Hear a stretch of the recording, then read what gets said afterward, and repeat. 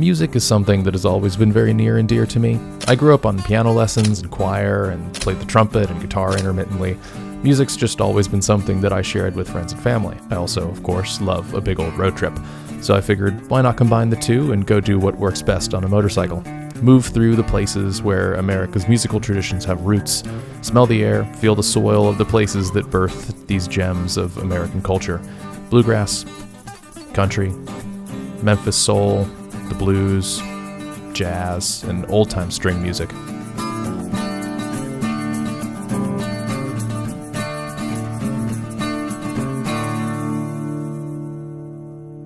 The best adventure bike is the one you have in the garage, so naturally my choice of steed for this was my trusty 1980 BMW R65. I have put more than 20,000 miles on it since I first got it 4 years ago, but since I was planning to add another 3,000 to the odometer, a little bit of work was in order before I got going. My front forks had long been clunky, a sure sign that the rubber dampers inside had turned to goo over the years, so I rebuilt the shocks, took everything apart, cleaned it, replaced the soft parts before putting it all back together again with fresh oil. I was also due for some other fluid changes, so the transmission oil, the shaft oil, and the final drive oil all got replaced, as did the engine oil and its filter.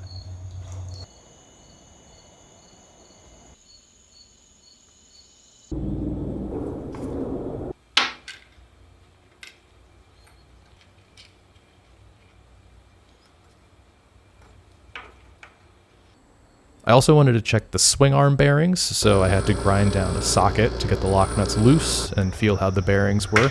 They were still perfectly good, before recentering the swing arm in the frame, which is a pretty finicky process.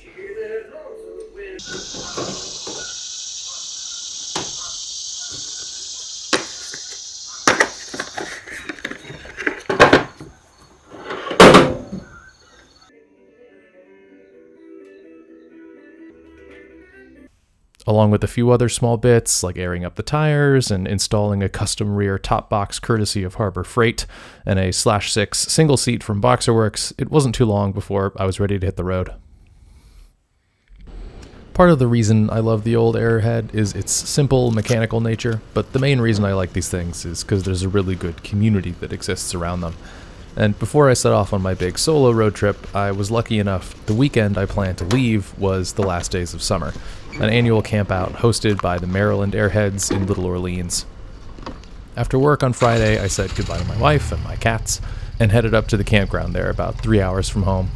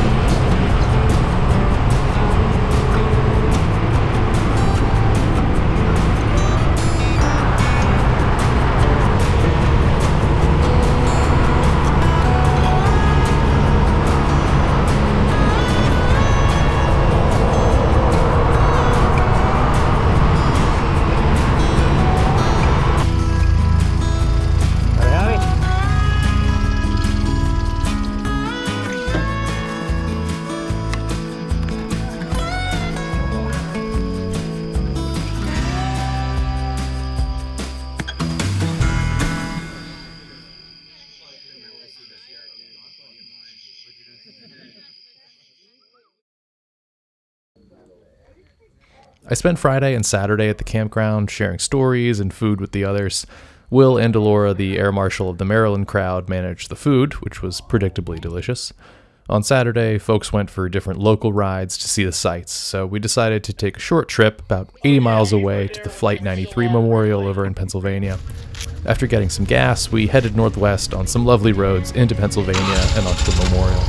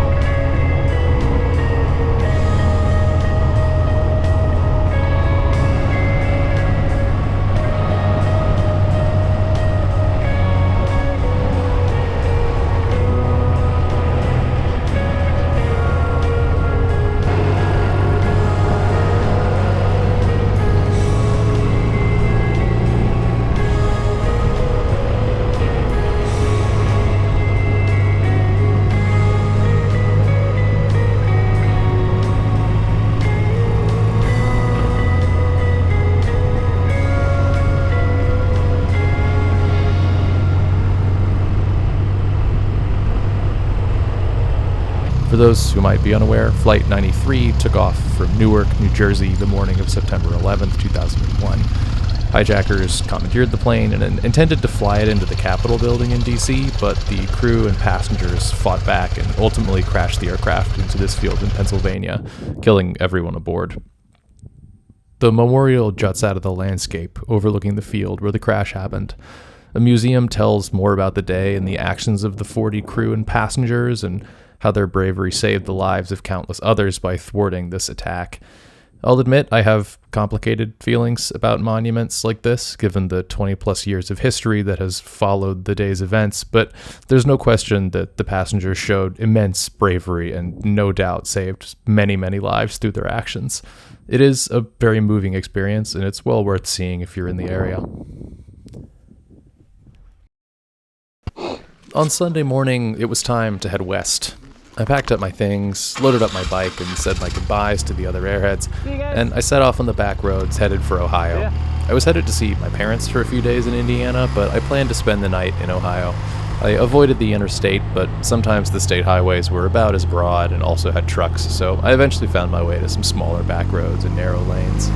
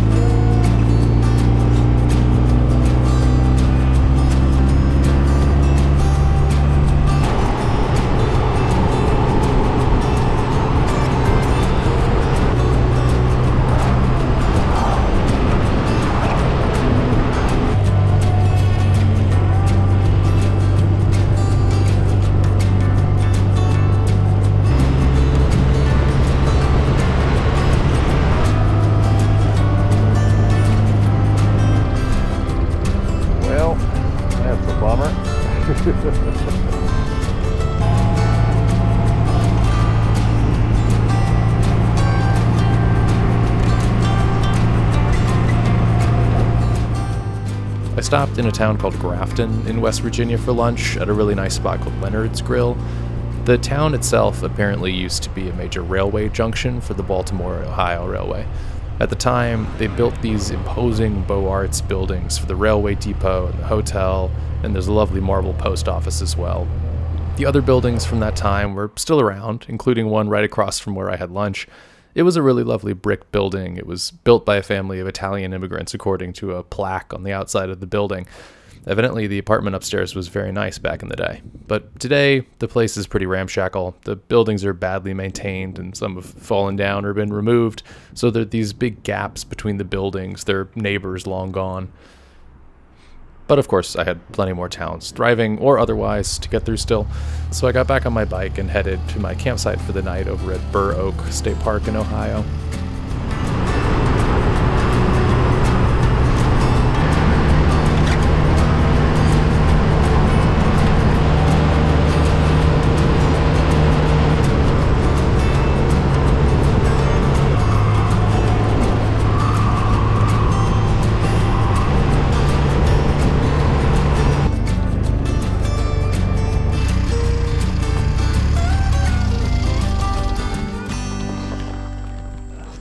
On the way there, I was mostly skirting a storm front that was rolling through, but I lucked out, got to my campsite before it arrived, and was able to set up my tent before the rain came. Once it did, I enjoyed sitting in the tent as the storm came through, and then after it passed, I made a small fire and relaxed for the evening.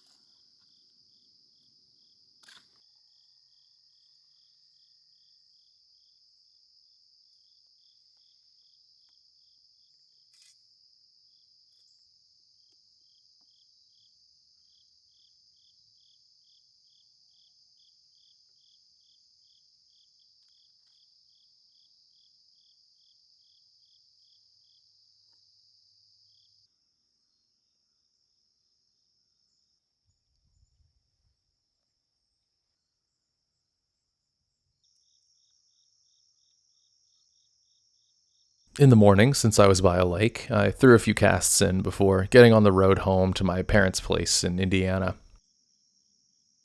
Alrighty.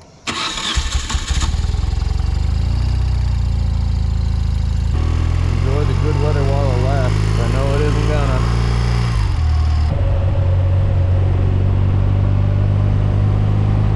The first half of the day was really lovely riding. The temperature was comfortable, and the back roads in southern Ohio are a real delight to ride. They're usually fairly decent pavement, there's lots of hills and curves that keep things interesting, and as I was riding, I was continually checking the weather to see when the rain would arrive. I knew I was eventually going to have to ride through some of it because I was moving west and there was a front moving east.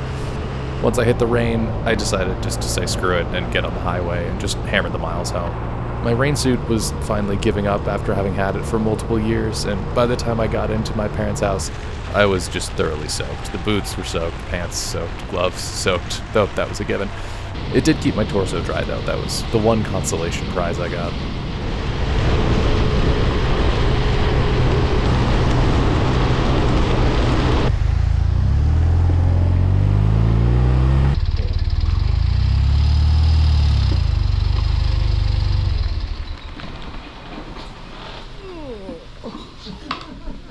What's the crack? The drowned rabbit. Oh my god. Fucking soaked to the bone. I stayed with my folks for a few days before continuing south.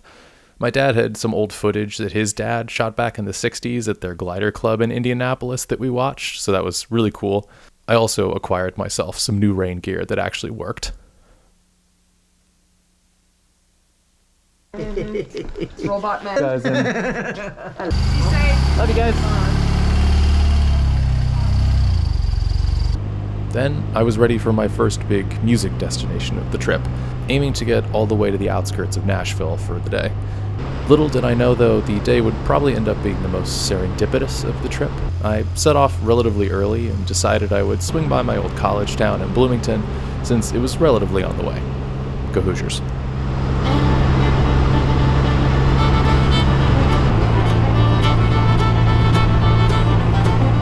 As I was getting close, though, I came across a sign for a Bluegrass museum, so naturally, I whipped a U-turn, went back in to investigate.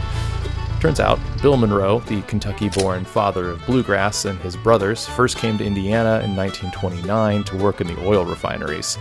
Many years later, in 1952, Monroe came back to Bean Blossom, Indiana, here in southern Indiana, bought a campground, and hosted years of festivals in the Brown County Hills.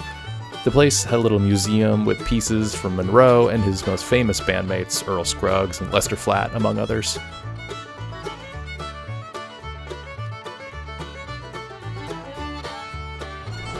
From there, I continued on into Bloomington, including a short stop to see some herons on one of the swampy corners of Lake Lemon.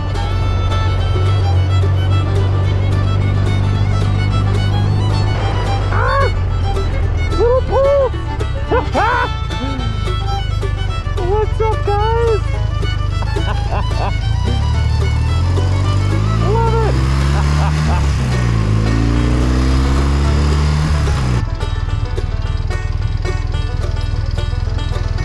What are you, idiot?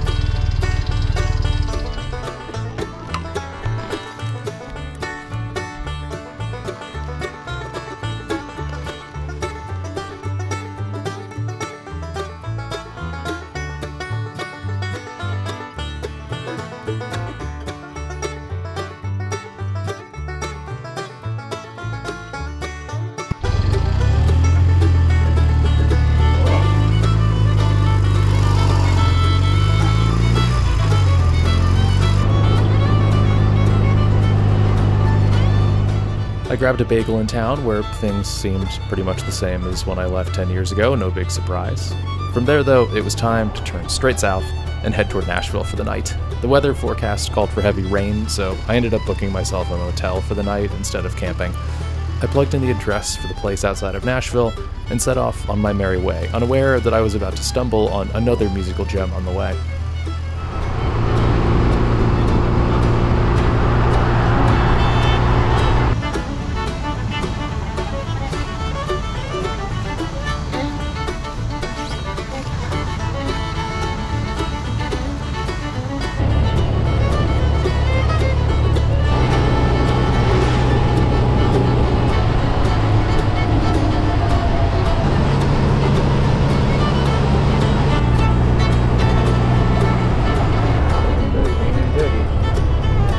As I passed through Kentucky, I mostly managed to avoid the rain, surprisingly enough. At one point, I took a short break in a little fire ring next to a church to make myself some coffee and rice and rest my back a little bit.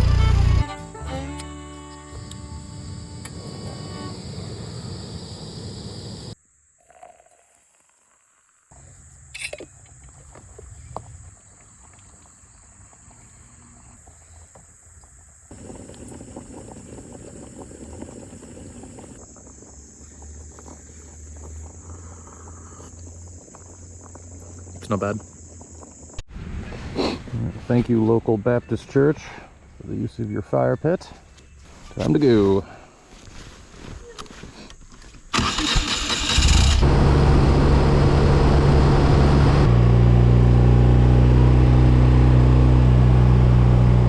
Back on the road, though, I kept winding my way through the back roads of Kentucky until I found myself passing a little town with a sign that said Rosine, home of bluegrass music. I almost didn't include the fact that this discovery was accidental because, frankly, it strains credulity that I could come across both Bean Blossom and Rosine in the same day, but them's the breaks when you're road tripping the single lanes. I immediately went back around and pulled into the Bill Monroe Museum. Bill Monroe, the aforementioned father of bluegrass, was born in 1911 here in Rosine, Kentucky. The genre that he pioneered took its name from his band, the Bluegrass Boys, which in turn took its name from the variety of grass native to the area here. The little museum had a collection of items from his home and his life, including his old car.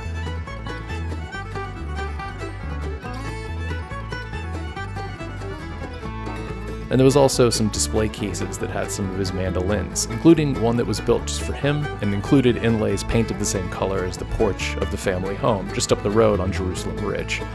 Naturally, as a new mandolin player myself, I had to go climb the ridge and make pilgrimage to the place where Monroe learned to play and sit on the porch myself. All right, to the Bill Monroe home place.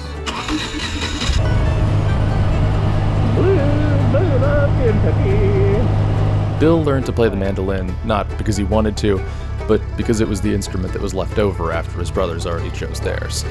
His brothers Birch and Charlie had already picked up the fiddle and the guitar, so he was left with the less desirable mandolin. Bill even recalls his brothers making him take off one of the paired mandolin strings so his playing wouldn't be so loud. I suppose he got the last laugh because he made the mandolin a virtuoso instrument and earned himself a place in the halls of musical fame and history in the end. The house itself was really lovely, and there was a gentleman there named Marty Hayes who showed me around, told me all about Bill's early life. I've included a link to Marty's music in the description if you want to give it a listen.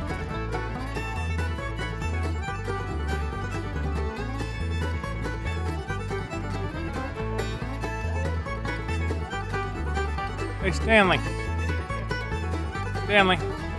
From there, though, it was still a solid 2 hours to where I was staying in Nashville, so although I would have happily stayed longer, I set off on my way. The roads around this part of Kentucky are always a roller coaster. They aren't always twisty, but it does seem that they're always rolling up and down. Despite several bands of weather moving through, I somehow managed to skate the worst of it and arrived outside Nashville after dark.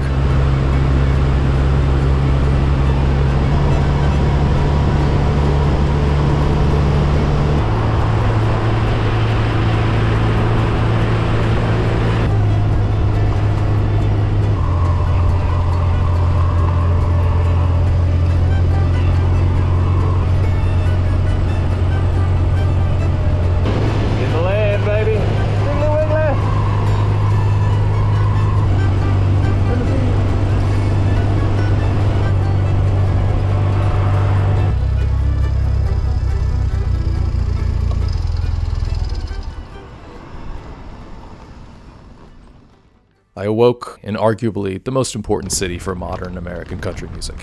Not its birthplace, but perhaps more like the house that it moved into after it grew up a little bit, for better or worse. What we now know as country or country and western came from a blending of old-time Appalachian string music, European folk ballad traditions, and influence from African-American spirituals and the blues. Its roots are in the working class of the South, especially southern Appalachia. From there, it spread along the pathways of internal migration from person to person before launching to greater prominence with its first early commercial recordings, perhaps most famously the Bristol Sessions in 1927. This was what was usually referred to as the first generation of country music, the first step up from what used to be derided as hillbilly music into something of a more widespread phenomenon. The early acts got more exposure through original broadcasts of the Grand Ole Opry, country music's most famous radio show that started a century ago in 1925. That's where I headed first, the current iteration of the Grand Ole Opry. Now, folks, I'm papering over a lot of evolutions of the genre here. Country music has become a very different beast in the century since the WSM Barn Dance, which is what the original name of the Opry was called, when it was broadcast from a life insurance company.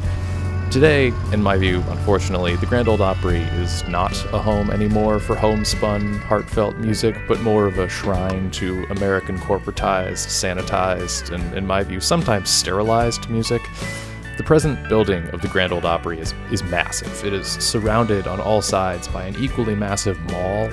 Everything is plastered with sponsor logos. It just struck me as the home of like truck ad country, a temple to leave through the gift shop music. Now, I like a lot of country music, but something about the more slick Nashville-style sound just doesn't always sit right with me. It feels kind of alienated from its roots in working-class musicians playing for working-class people, so instead, now it's a little bit more like corporate rent extraction from the aforementioned working class. But anyways, enough dissection. There is still more of Nashville to see.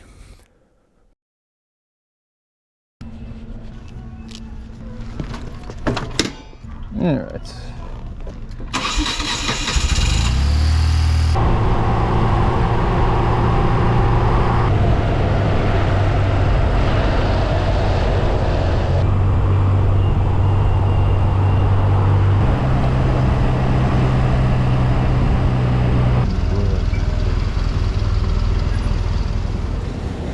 I stopped briefly downtown just to see the hubbub of the honky-tonk highway on Broadway.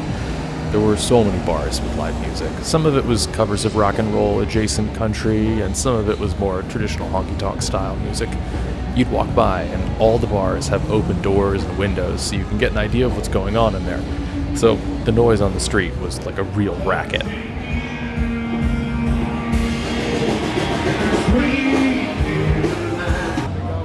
Got a rooftop bar too, y'all. The place was definitely alive, though, good God.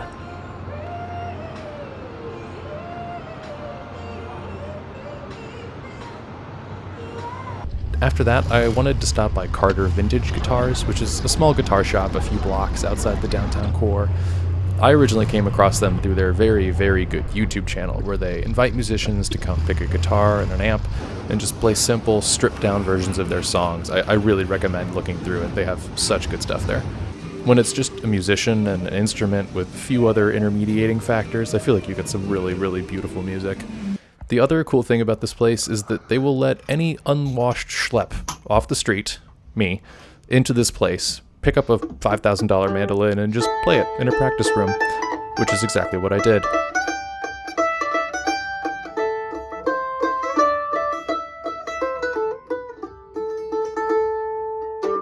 This thing is completely wasted on me.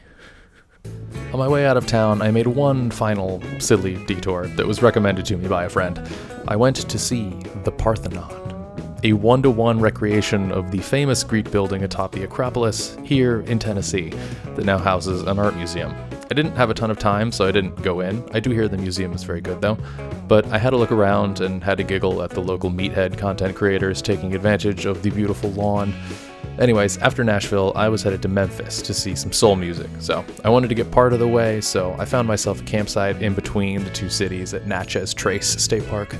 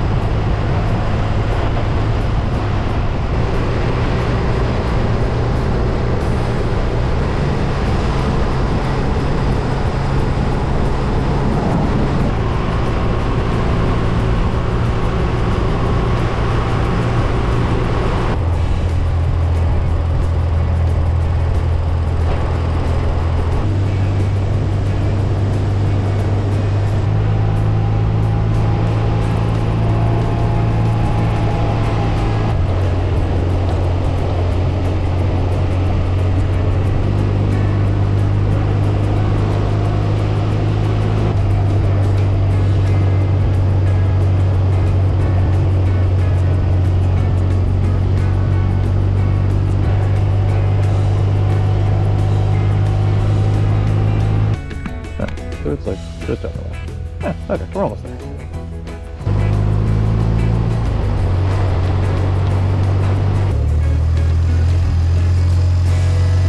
The park had no service at the campsite, so I went a bit back up the road so I could chat with my wife for a bit and make dinner at a picnic table before heading back to settle into my tent for the night since it was still a bit rainy out.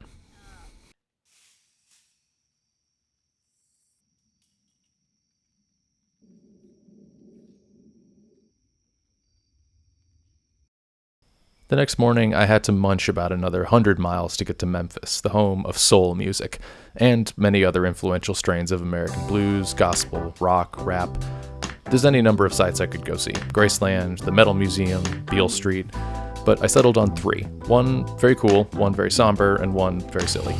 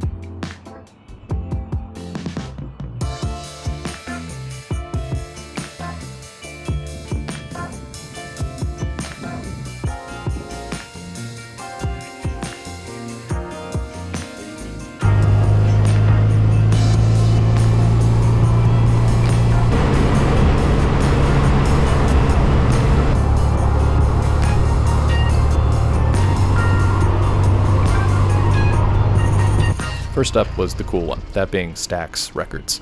The current museum at the location is housed in a recreation of the original studio that was converted from an old movie theater, since the original building was destroyed. The place had all kinds of memorabilia and information about the development of soul music and its gospel roots. Stax was founded in 1957. It was originally called Satellite Records. It changed its name to the enduring Stax in 1961. It's a combination of the founders' names, Jim Stewart and Estelle Axton. Stax was really influential at the time as the home of what became known as soul music. Acts like the house band Booker T and the MGs, and their most famous star, Otis Redding, became really well known nationally. Hell, if you listen to any classic rock station, you will probably hear Sitting on the Dock of the Bay in any given week. Stax was also unique in that during the time when most of the South was still segregated, including Memphis, many of the acts there were integrated, with white and black musicians playing together. Today, of course, this seems par for the course, but in an era where outside the studio, black and white musicians would have had to use different doors and drink from different water fountains, it was no small thing. Artists at Stax described the experience of the studio being somewhat of an oasis, a kind of walled garden that was a break from the ardor of everyday race relations outside. Though, of course, acoustic paneling and walls couldn't keep out the world. Jim Stewart, the co-founder of the label, described one moment of increased tension coming after the assassination of Martin Luther King Jr. in April of 1968. He said, "It had a tremendous impact. It put a kind of wedge, or at least opened up that suspicious element within the company. Although we tried to bond together and continue to work together, from that point on it changed considerably. There wasn't that happy feeling of creating together. There was something missing. You couldn't quite put your finger on it, but you knew that things had changed, and there was no way you could go back." Some other artists, like saxophonist Floyd Newman, didn't necessarily agree entirely with the assessment, but it's pretty hard to overstate the impact that the killing of Dr. King had on Stax Records, on Memphis, and on the country at large. King was assassinated at the Lorraine Motel, a couple miles away. The motel was a place where a lot of artists recording at Stax stayed and relaxed, including Ray Charles, Aretha Franklin, and Otis Redding. Dr. King was staying there while he was supporting a strike by sanitation workers in the city when he was killed. Part of the motel have been preserved as a time capsule from that day, but the interior and most of the building around it has been converted into a large civil rights museum. It's always a surreal feeling to be physically in the space of a momentous historical event, places that you've seen in photographs before. Of course, the location's just a location. The events that transpire in these places matter because they ripple through the people and their institutions, but it's always a worthwhile experience to go and stand in the place where pivotal things have happened.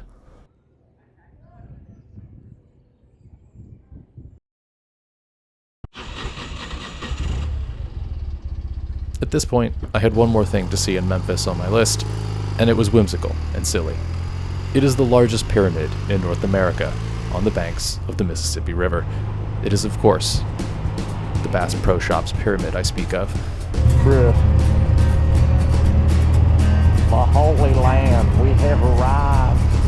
Hell yeah, brother. It was originally made as a sports stadium and a concert venue, opening in 1991, but after a bit of a tumultuous run, it eventually ended up being leased for 55 years by Bass Pro Shops in 2010, and opened as a flagship store in 2015. I mostly wanted to go as a joke, but the inside is legitimately pretty cool. As you enter, there is a 110-pound catfish on a pedestal. The center of the store has lots of ponds with absolutely massive fish like sturgeon just swimming around. They also had an alligator enclosure. The whole thing is pretty ridiculous, but simultaneously very amusing to visit. If you are in the area, you definitely should go see it. It is like a 15-year-old boy's fever dream. Fantastic stuff.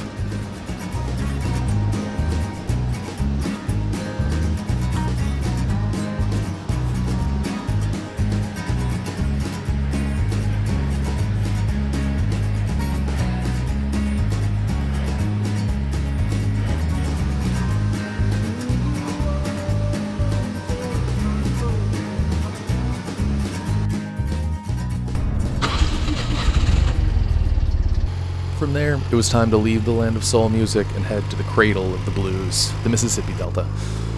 I left Memphis following the river south on US Route 61 toward Clarksdale, Mississippi. This was the Blues Highway, a stretch of road that runs from Minnesota all the way down to New Orleans. It's called the Blues Highway, not only because it passes through towns like Clarksdale and Tunica, where the blues was developed and played, but also because black musicians often traveled out of the Delta up to the northern cities to find work and escape discrimination during the Great Migration. Now, I am from Indiana. I am a flatlander. I know what flat looks like, but goddamn, even I was blown away by how never-endingly, featurelessly flat the Delta is. Just miles and miles and miles and miles of flat cotton fields, punctuated only by the occasional small waterway or tree line.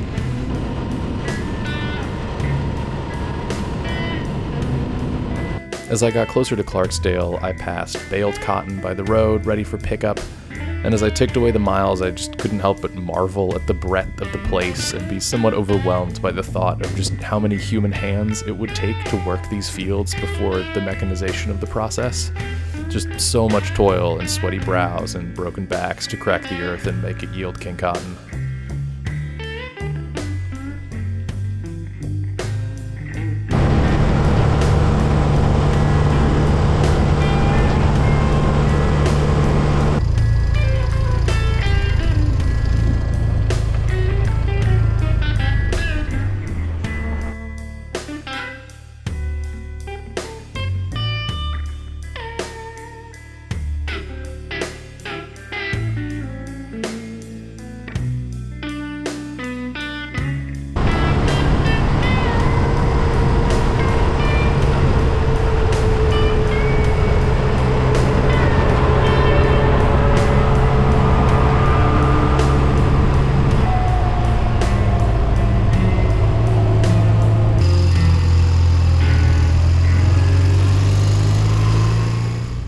I got to Clarksdale by dinner time and checked into a hotel for the evening.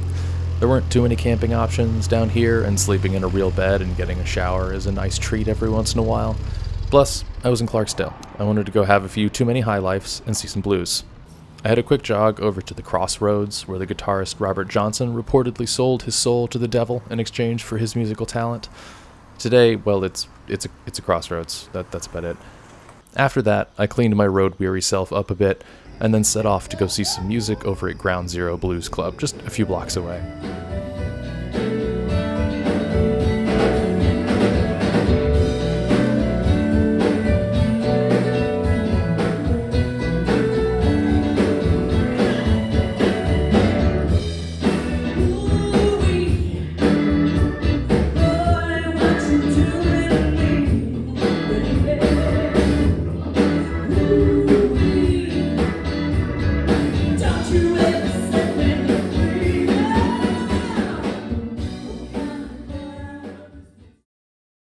In the morning, refreshed from a night in a real bed with a real pillow, I reassembled my migratory life into my side cases and made a brief detour over to the Delta Blues Museum. The museum is in the old building of the Yazoo and Mississippi Valley Passenger Railway Depot, which was restored in 1999. The place owes some of its life to, of all people, Billy Gibbons of ZZ Top. Before ZZ Top, Gibbons played in a blues band, and in the late 80s, he and the band helped raise around $1 million for the museum. The place doesn't allow photography, so I have no footage, but it is a really good compact display on the blues, including a lot of guitars, creative mixed media art, and even the timbers of Muddy Waters' cabin. British have arrived. Time to leave. From here, I had most of the state of Mississippi to get through, so I pointed the bike south and got moving. I set myself a few points of interest in the state on my way to Natchez State Park. The first was only maybe an hour and a half away. Crossroads.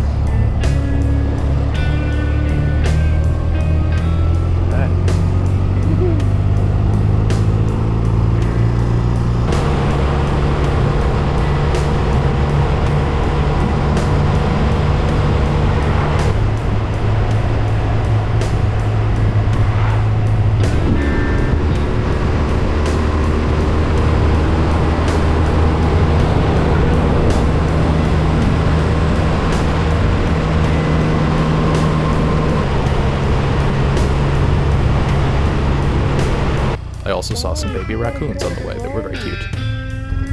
You gotta get out of the road, guys.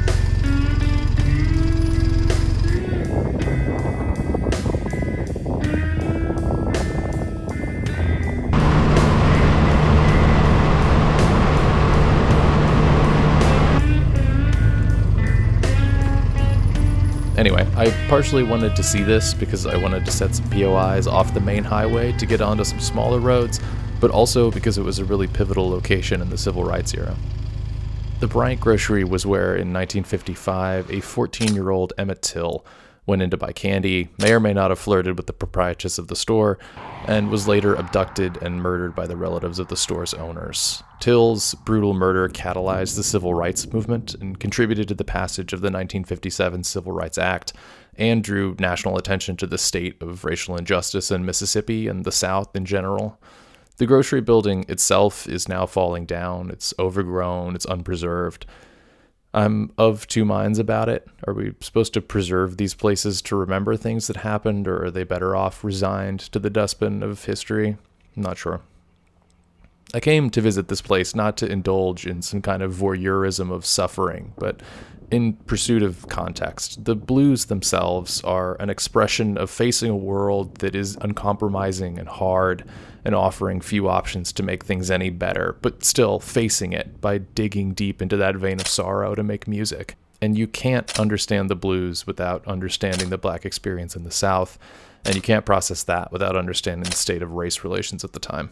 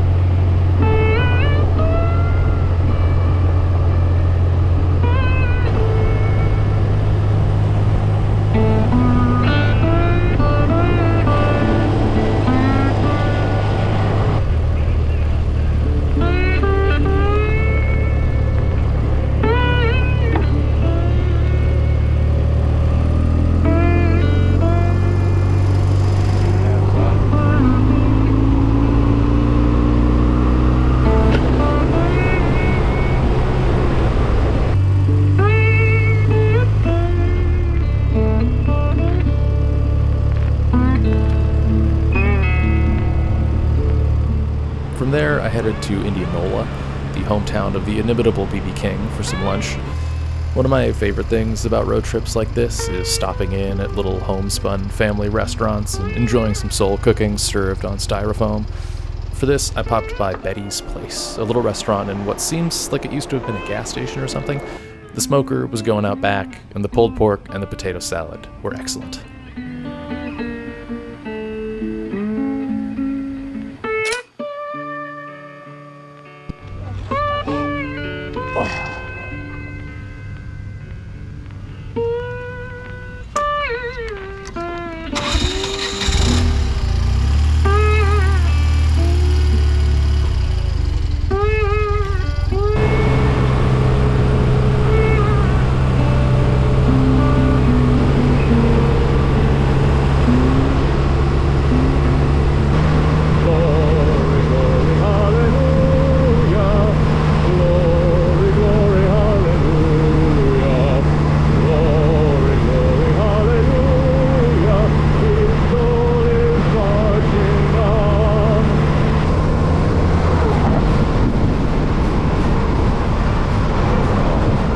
One more stop before putting up my tent, and that was Vicksburg. Now, like I said, Mississippi is flat, but Vicksburg ain't. The city was built on tall bluffs that rise above the river, which is what made it such a key place during the Civil War. Federal troops weren't able to storm the place, so after several failed attempts to maneuver around it, they ended up sieging the city for a month and a half before the Confederates surrendered. Along with Gettysburg, the victory here was a key turning point in the war. There is a military park there with, of course, lots of monuments, but they also have a display of the USS Cairo, which is the reassembled bits of a Union gunboat that was sunk a few miles upriver. It was really cool to see the preserved mechanical parts of the huge paddle that powered the ship and the capstan. You could walk around inside the boat and really get a sense for the size of the thing.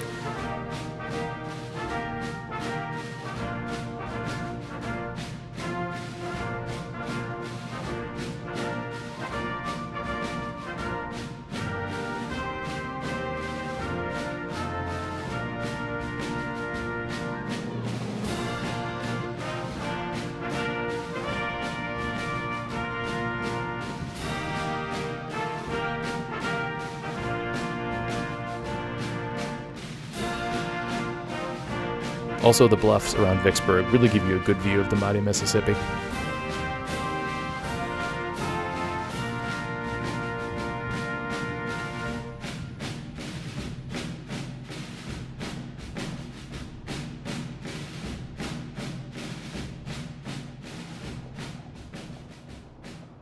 From there, it was only another hour and change to get to my campsite at Natchez State Park for the night, not too far from the Louisiana border.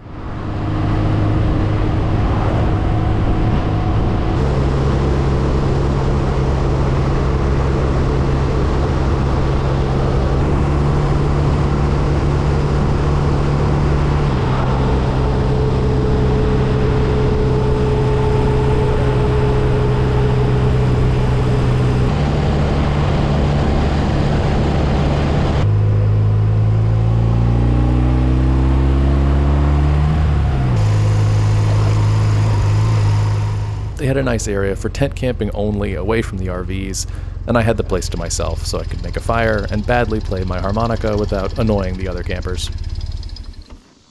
Perfect.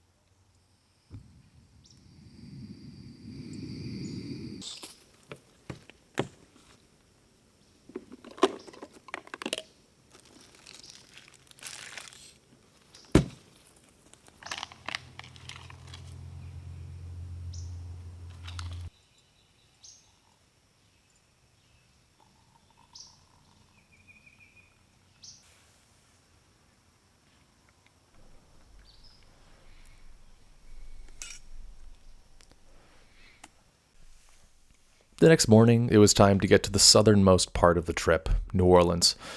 I packed, I turned my bike south again for the last time, crossing into Louisiana a little bit before lunch. All right.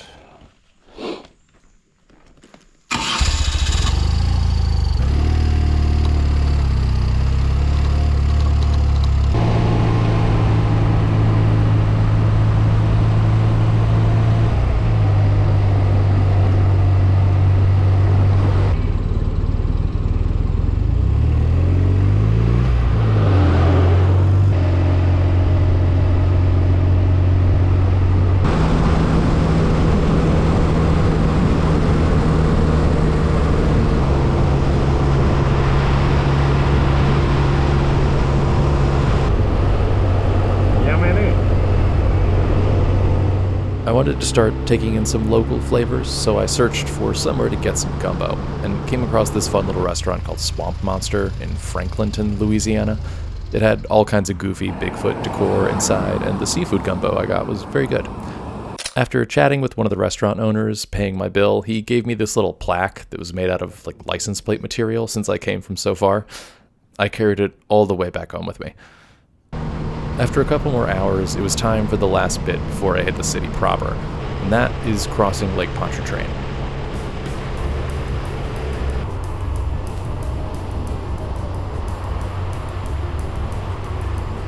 The Lake Pontchartrain Bridge is one of the weirder pieces of infrastructure in America. The lake is basically a big, round circle, 25 miles across, and they just built a bridge directly across the middle. It's only like 12 or 13 feet deep on average, so they were able to drop some 9,000 sections of concrete across the thing, and let me tell you, you feel every single one of those 9,000 sections, because the bridge is just a hurdy-gurdy experience, like riding a horse. As I was crossing the bridge, I started to feel a little less than stellar, and at first I wondered if the gumbo was suspect, but then I realized that it wasn't that, it was just motion sickness from constantly being shaken up and down. I ended up standing on the pegs for a fair bit of it, just not to be moving up and down constantly. But 24 miles later, I was back on dry land, and on my way into the Big Easy. Welcome to New Orleans. I made it. New Orleans, often accurately described as the most interesting city in America, is probably the most unique metropolitan area in the country. Louisiana has a different legal system than other states, using a civil law code left over from the French, rather than common law like the rest of us.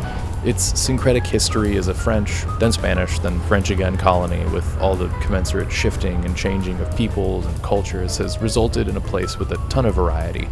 You have Cajun and Creole food, in my view, one of America's greatest cultural products, a distinctive funerary and cemetery culture, lots of unique architecture with colorful row houses on the streets, and of course, music. I originally really wanted to see some Zydeco, a local upbeat, syncopated music that blends blues and R&B with a base of traditional Creole musical traditions like la la and jure. It's usually sung in French. It is accompanied with an accordion and a washboard worn on the front of the player called a veste frottoir. Unfortunately, these tunes are mostly native to southwest Louisiana, so I was a little too far east to hear it, which left me with a good second option, namely jazz.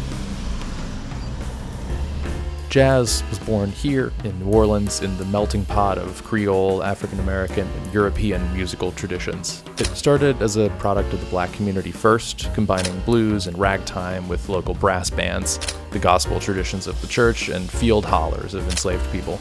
It is uniquely American, a product that could only come about in a place that was filled with people from elsewhere mingling together to create something syncretic and new.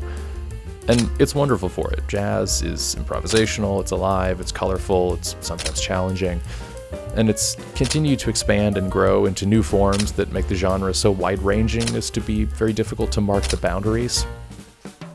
When in town, I reverted to my old dirtbag backpacker roots and stayed in a hostel downtown. It was cheap, it was clean, and it was actually a very nice spot to stay for a few days. It cost basically the same as a campsite in most state parks, and I got a little locker to myself, a real bed to sleep in, so I was happy. It was also right next to Bourbon Street, which I could not help but wander down. I took a detour over to Louis Armstrong Park, where there was a music festival going on. Armstrong was, of course, a towering figure in jazz and a native of the city. So it was nice to see his memory being kept alive with live music and a park named for him. After that, I popped into a few places in the French Quarter that had jazz, and ended up spending a little bit of time in Fritzl's, a slightly less neon establishment, to listen to the house band for a while.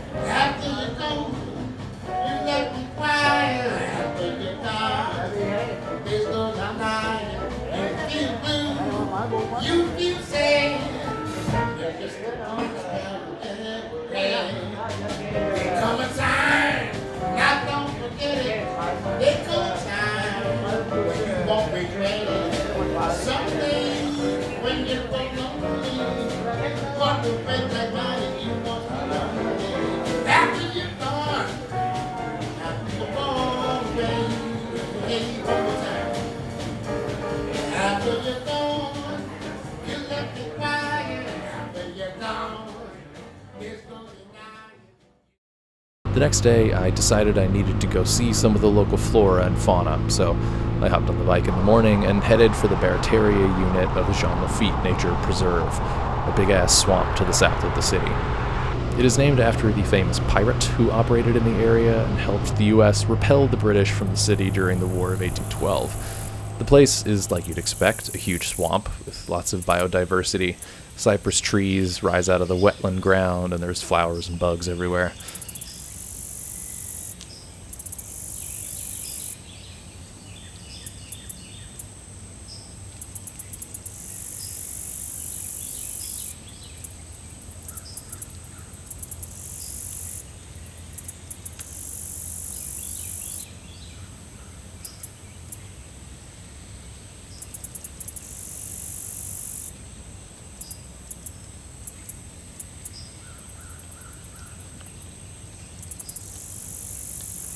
At the first place I stopped, I unfortunately saw no alligators, but I was determined to see some swamp puppies before I left, so I went a couple miles up the road to another part of the park where a lady I talked to said there were some gators. And there were indeed some gators, just floating in the water, hanging out. It was really cool to see them out in the wild, a beast unchanged for millions of years, just the pinnacle of cold-blooded evolution. I kept myself at a safe distance.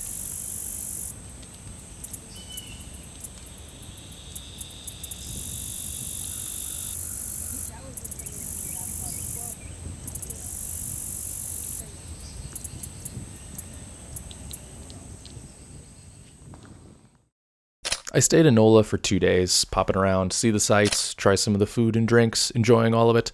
But eventually it was time to pack up, point the bike north, and start my journey back home. And I will say, in defense of these Harley riders, I was talking to them, and they came all the way from Iowa, and they actually rode here. No trailer. Look at all those bugs. Respect. I had plenty to see before I got home, but hitting the midpoint of a trip always feels different once you start moving closer to where you started. It's all part of the whole experience, but the anticipation and excitement of getting each mile further from home in the first half is one side of the coin, and the other is enjoying the miles ticking down as you return to your home and your family. The sights are as nice and the food is as good in either direction, but the combination of the two feelings is part of what makes a long road trip such a cool experience.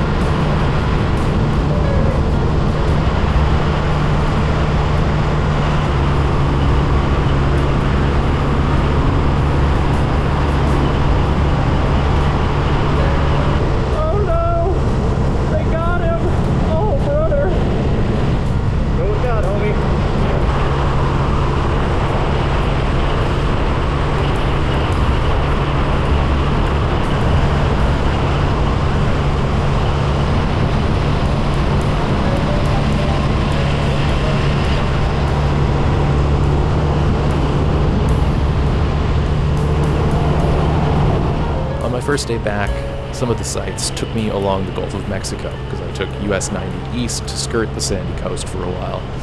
It may look nice, but unfortunately you can't actually swim in the water here because of how bad the pollution from the oil industry is, but from my vantage point in the saddle, the views were at least fairly nice. Also, in Gulfport, they mark their street intersections with little shrimps, which I loved. On this whole trip, anytime I said I was going to Memphis, people acted like I was going to Mogadishu. But I tell you what, the only place I felt unsafe on this whole trip was in Gulfport, Mississippi, where in the space of 10 minutes, 2 drivers invaded my lane and nearly hit me. One was clearly just a reckless driver who passed me while there was still a car on my left, and the other was some soccer mom on her phone. Anyways, from Biloxi, I hooked a left and headed inland toward the Alabama border.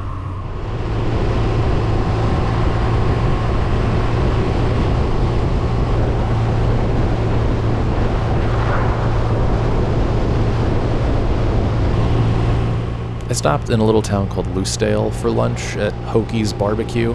I got a smoky chicken salad sandwich that was lovely and had a cup of coffee. From there, it was about 3 hours of riding to get where I was going, so I set off.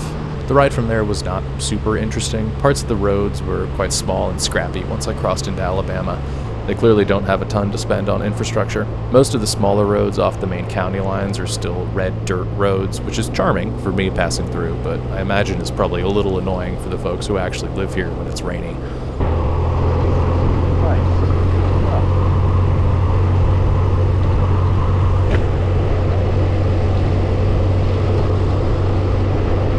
On the way, I passed lumber truck after lumber truck. They were really quite ubiquitous on the roads here. Not too far from my campsite, riding east on Alabama State Road 10, I passed a big plant for international paper, so I got my answer to where all these trees were going. It smelled quite pungent, to say the least. I stopped at a Piggly Wiggly to get some rice, Pop-Tarts, and went to my campsite at Elm Bluff, just outside Selma. They're roading it now.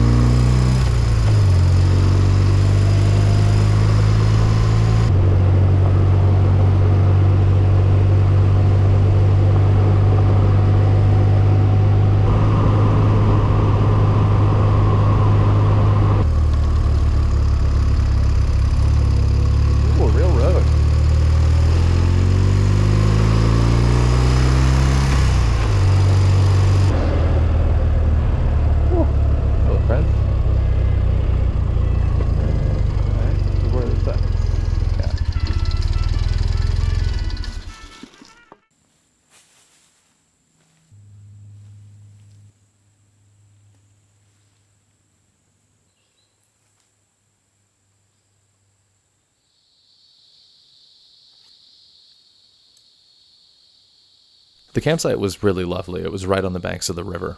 I made a few casts and got a nibble, but no fish. There were a bunch of big birds of some kind roosting in the trees, and the fish were flopping in the river all evening, just taunting me. But it was a very nice campsite.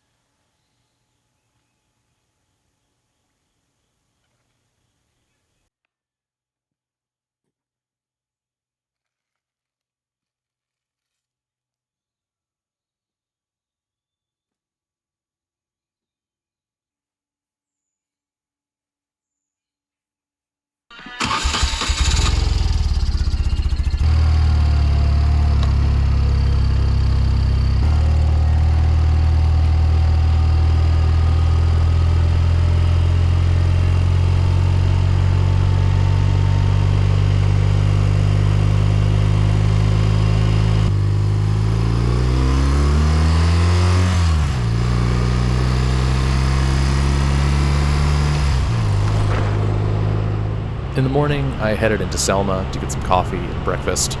Selma, of course, was another important location in the civil rights era, most famously for the Selma-Montgomery marches that began with Bloody Sunday in March of 1965, where peaceful marchers were beaten by county and state highway police. These marches and the national response to seeing them helped catalyze the passage of the Voting Rights Act in 1965. All of this made passing over the Edmund Pettus Bridge more than just driving over a river. It's a piece of infrastructure named for a piece of Confederate officer, Grand Dragon of the KKK, that nonetheless became synonymous with the arc of history bending toward justice. Some tiny bit of progress embedded in steel and concrete. From there, I had the other half of Alabama to cover to get to northern Georgia, where I was staying for the night in the Chattahoochee-Oconee National Forest.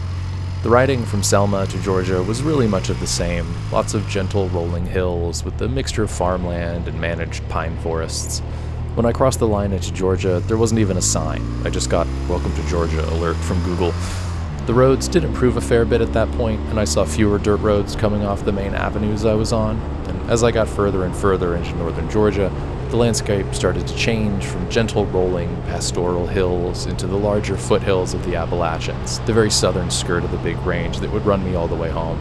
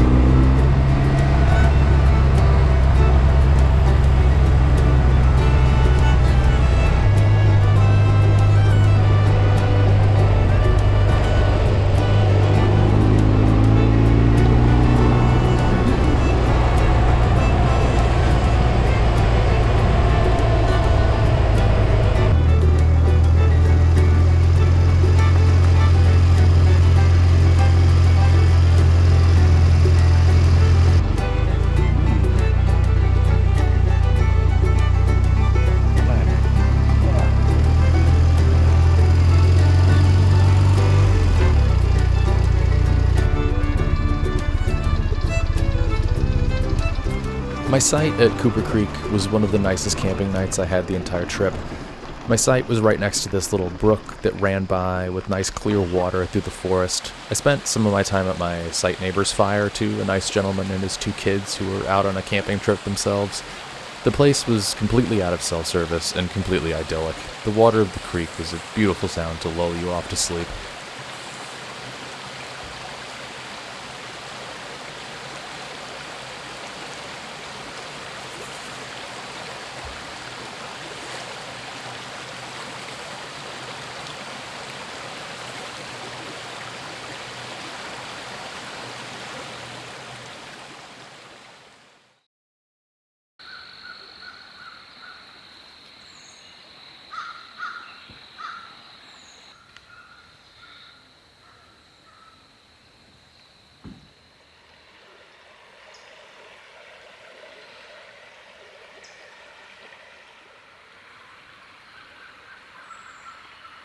The next day was dedicated pretty much entirely to riding through the mountains to get to my next campsite up in North Carolina. The morning was pretty cold. It was probably 7 Celsius, 45 Fahrenheit when I left my campsite for the day, and with only summer textile gloves, my hands were pretty miserable for the first couple hours.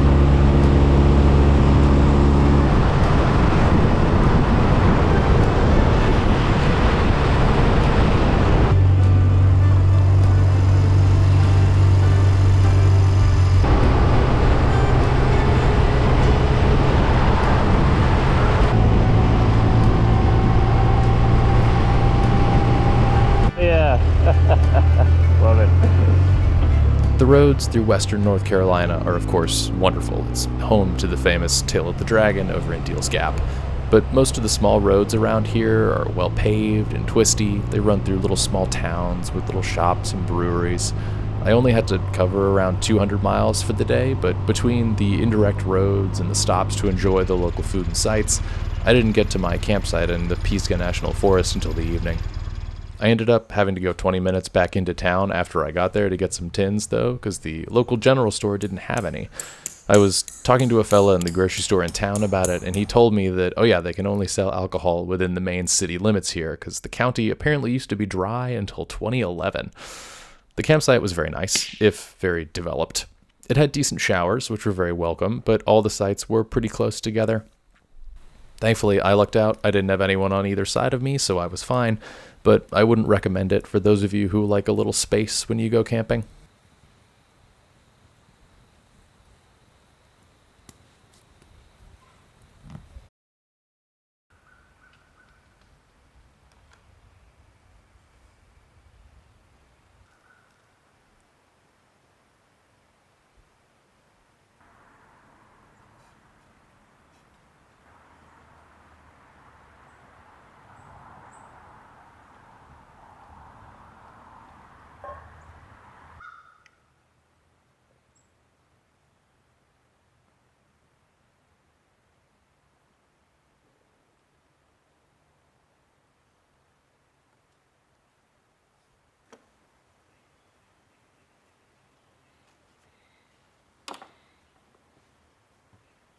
I awoke to yet another chilly morning. My hands were unhappy, but the rest of me was perfectly content as I set off for the day.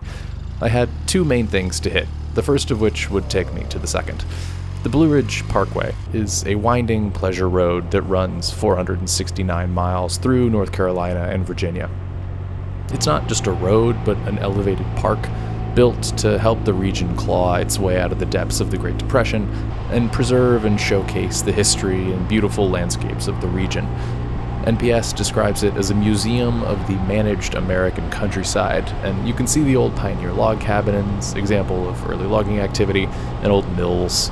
Besides all of this, it's just a spectacular road to ride for any motorcyclist. The curves are mostly gentle, with lovely overlooks every few miles. It's easy just to hop on and get hypnotized as you move through the landscape, taking in the sights of the leaves just beginning to turn, the smoky clouds clinging to the hillsides, and the rocky balds peeking out above the tree lines. The road also features one thing I really wanted to see, which is the Blue Ridge Music Center on the Parkway, just on the Virginia-North Carolina border. As I finally came up to the marker and pulled into the entrance, I was met by a very unwelcome sight, a closed gate. No! Is it closed? No! The place was closed as a result of the government shutdown, which is a real bummer, but they normally have live music every day from 12 to 3, which I was pretty excited to see. You can see old-time Appalachian string music here, and of course in other places around these hills. Appalachian string music was mostly derived from the folk traditions that came along with immigrants from the British Isles, especially Scotland. This music was often either focused on ballads, sometimes long-winded tall tales and stories told via chorus and verse structure, or fiddle tunes. The genre later expanded to include newer instruments like the mandolin and the banjo. The mandolin became popular in the 19th century because you could buy them through mail-order catalogs, and the banjo also made its way into the scene from African-American musicians who created the instrument based on somewhat similar instruments found in West and Central Africa called a kora. These instruments became popular in Appalachia, and they went on to, of course, become standards in bluegrass and country as well. I was bummed I didn't get to see much better musicians than me playing here, but it was okay because I had an old-time band at home too. From there, I had a few hours to get to my last campsite of the night at Peaks of Otter. When I arrived, I had asked the ranger if they had any firewood, and she initially said no, but then took pity on me. I must have looked really sad and cold.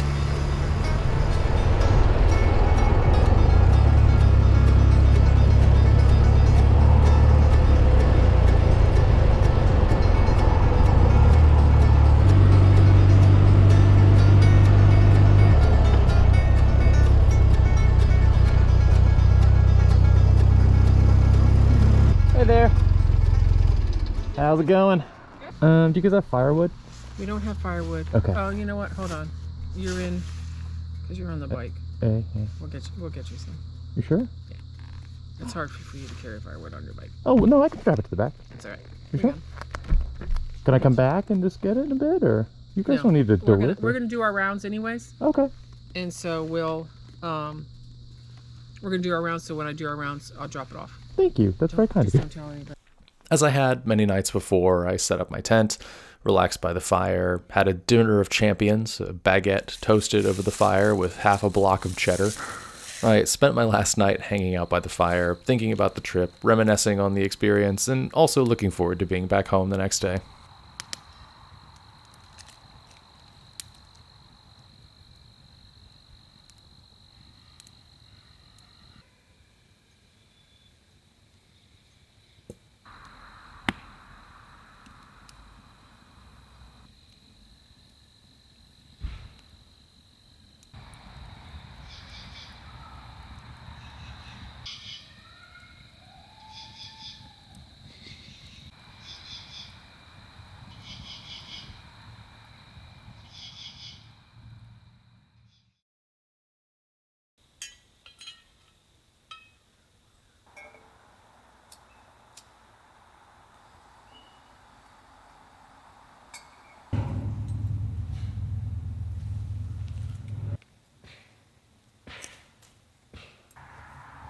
Another cold morning greeted me the next day.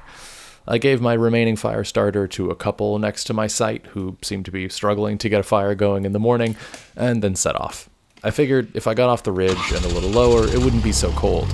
But that genius plan came up against the reason they call some of these mountains the Smokies. Turns out it was even colder off of the ridge as I crossed the James River and headed up the valley because the whole place was just enveloped in a cloud. I was headed to one last stop, though, before powering the last miles home. Natural Bridge, Virginia.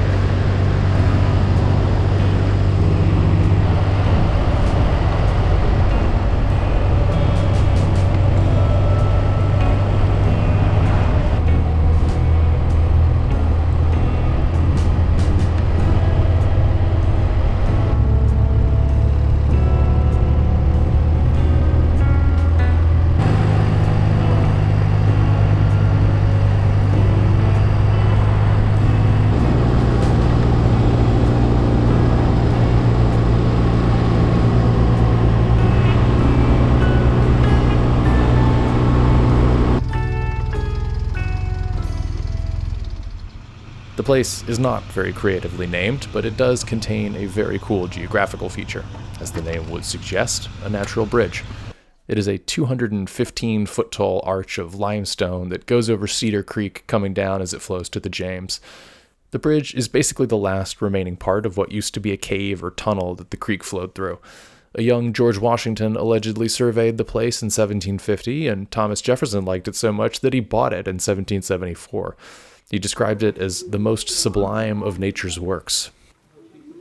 His estate ultimately had to sell it to address his debts after his death, but it did eventually end up in the hands of Virginia State Parks, which is now its custodian.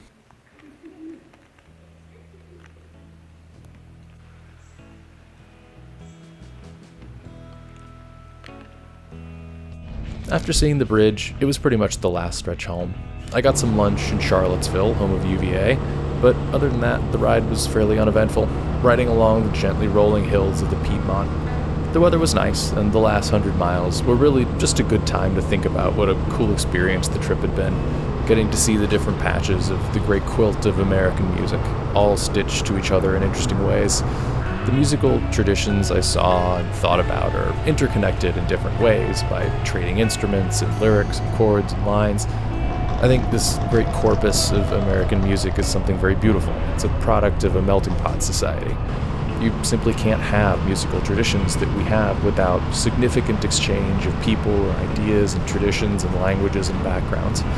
American music is great for the same reason that America is great. People can come here from elsewhere and add their ingredients to the pot that makes something unique.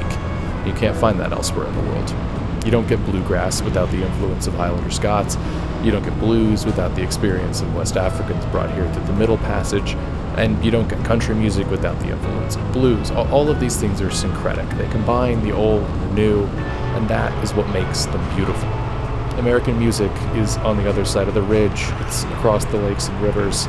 It is a great tradition that binds what is far away and what is near to you in your own home.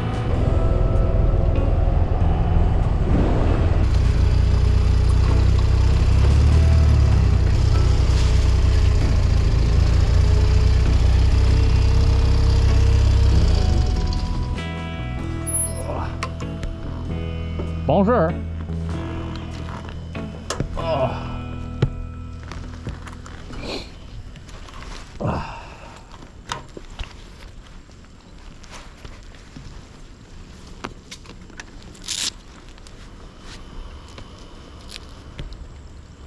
I was like, where did she go? I was like, did she really just walk off?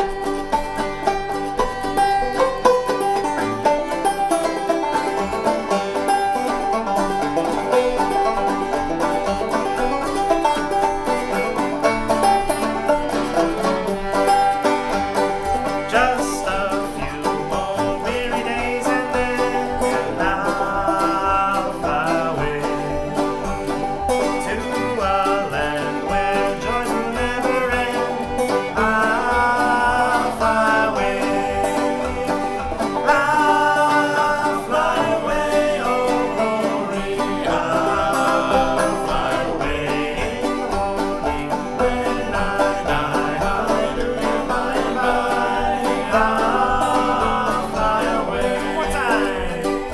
I'll fly away, oh glory. I'll fly away. Morning when I die, hallelujah, by and by. I'll fly